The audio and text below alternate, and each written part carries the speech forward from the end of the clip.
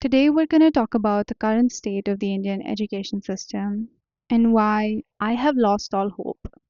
And this is from like my personal experience. I know that the current topic is limited to the NEET examination and the flaws of the system in that particular aspect. But I would like to take this opportunity to talk about the entire education system and how it has basically made me feel completely hopeless about the future of Indian students and the future of particularly humanities, the whole of humanities. Because in India, a humanities student is seen as a joke and they're treated like one even by the system. For example, in my case, I gave the CUET PG exam a few months back for the subject of philosophy, and that exam was a complete joke, if I say so myself. Sometimes I think the NTA is trying to troll humanities students. They're trying to show what they can do, the absurd question paper that they can create for us and basically laugh at us in our face because I think the NTA knows that we can do nothing about it as students. And I have seen a lot of backlash by other, students of other subjects as well about the paper and how vague the questions were and how can you even think about evaluating a humanities student by an MCQ based question paper. Because, like, for example, in my subject, philosophy, there is no such thing as A, B, and C. There is no such thing as the correct answer. They just took the basic layout for the science papers and applied that and slapped that on to the humanities subjects and basically expect the students of humanities to cope with that kind of stupidity. And this exam is just one example. There are so many failures within the system that I can't even count on my fingers. And honestly speaking, I'm not making this video in hopes that things will change because when you're a student and you see the system for like your whole childhood through your adulthood, you reach a point where you stop believing in change. Because even when it comes to the current problem about the NEET papers, I feel like some solution or the other will be made, some people will be held accountable, but that's pretty much it. Nothing is gonna change in the education system for a long time. Like, I don't think anyone cares at this point, and that actually explains why so many students end up thinking that unaliving themselves is the only answer because that's how hopeless they are that one day things will change. Because, to be very honest, let's be very real, they're not going to change. All we can do is talk about it as much as we can. And I don't want to sound like a complete pessimist, but this isn't my fault. This is not my fault. This is just how the system is built. The system is designed in a sense where it just doesn't allow for any major changes. Because at this point, I don't think there's only one thing that needs to be reformed within the system. I think the whole system needs to be discarded um, so that there's space for something new to come. Because this is literally the most outdated way to educate students, to judge their intelligence. This is like ancient. This was meant for like factory workers. And I don't want to talk about the politics of it all because this isn't about politics. And I would say I don't like these people who are making it all about politics and religion. Like, this is just not about that. Like, education is not about politics. And it's sad that people are using this opportunity to spread hatred, to criticize religions for no reason. Like, why would you make this religious? What we don't need is division. What we need is unity in terms of just this experience. All of us as students have at some point experienced um, the flaw and the failure of the system. in a deep way, and a lot of us have, had like mental health struggles because of the system. Because you know what? In the end, the politicians are gonna have a good life. The people, the career politicians, the students who are using this opportunity to spread their politics, to get their name out there, they're also gonna have a good future. But what about the average student? What about the people who are not privileged enough? What about the people who wanted things to change, but then the whole conversation shifted? The whole conversation again became about religious things. Because, when it comes to politics, I feel like there's always a nuanced perspective. Like everyone has their own perspective. I have my perspective, but why does education have to be political?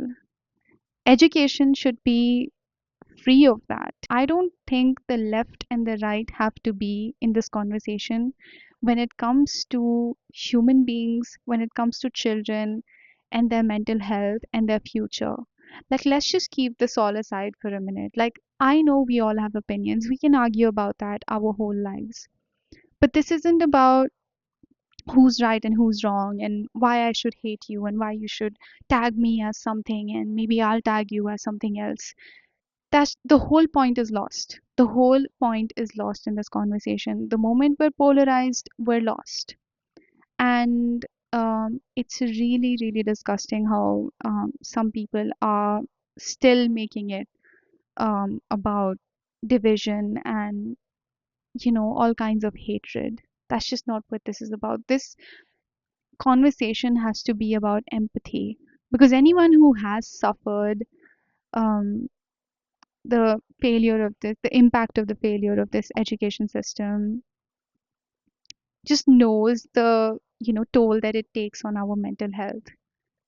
It really does. Like, it really does for the rest of our lives. Because as a student of philosophy, how I'm seeing this is the system is not outside of us, it exists within us. So, our perspective of life that we have, the reason why we end up taking these steps, these students who end up taking these drastic steps, is because we are ingrained to look at ourselves through these numbers, through these systems, through these milestones that um, the so-called system has set for us. There's no connection that we have within ourselves that exists outside of the system. And the reason why a subject like philosophy empowers me, even if I'm not formally educating myself in an institution, is because the subject is not limited to an institution, it's not limited to a system. The thinkers give me freedom, the thinkers give me the ability to see myself outside of the confines of this education system. And that is why I love it. I love the subject. And I'm going to say this again, I don't have any hopes towards any change that is going to occur in the system anytime soon.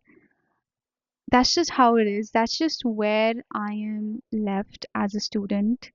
That's where, the education system has got me in a state of hopelessness towards the system. So the only solution that I have for you, if you're someone who's struggling because of this education system, is even though the system is a complete failure, I can guarantee that there are so many great thinkers out there. There are so many great philosophers. There are so many great ideas out there that can free your mind of these confines, that can enable you to look at yourself with so much love and so much appreciation, even if the system declares you a failure, the system declares you a loser. Because there have been so many thinkers who have been the greatest of thinkers who have gone against the system and have analyzed and criticized the system through and through. And if you understand their ideas, if you understand their perspective, you're going to start to see yourself differently. And unfortunately, that's all we can do right now. I know that life seems like this race, and we all feel it at some point. We all feel the heat of the race. We feel that maybe we're lagging behind, maybe we don't clear that exam. But let me tell you, there is always another way. There is so much in this world to explore outside of this, you know, extremely flawed system is all I can say. So in conclusion, I would like to urge all of us to continue to think about these topics, ponder about these topics, because revolution exists within each one of us.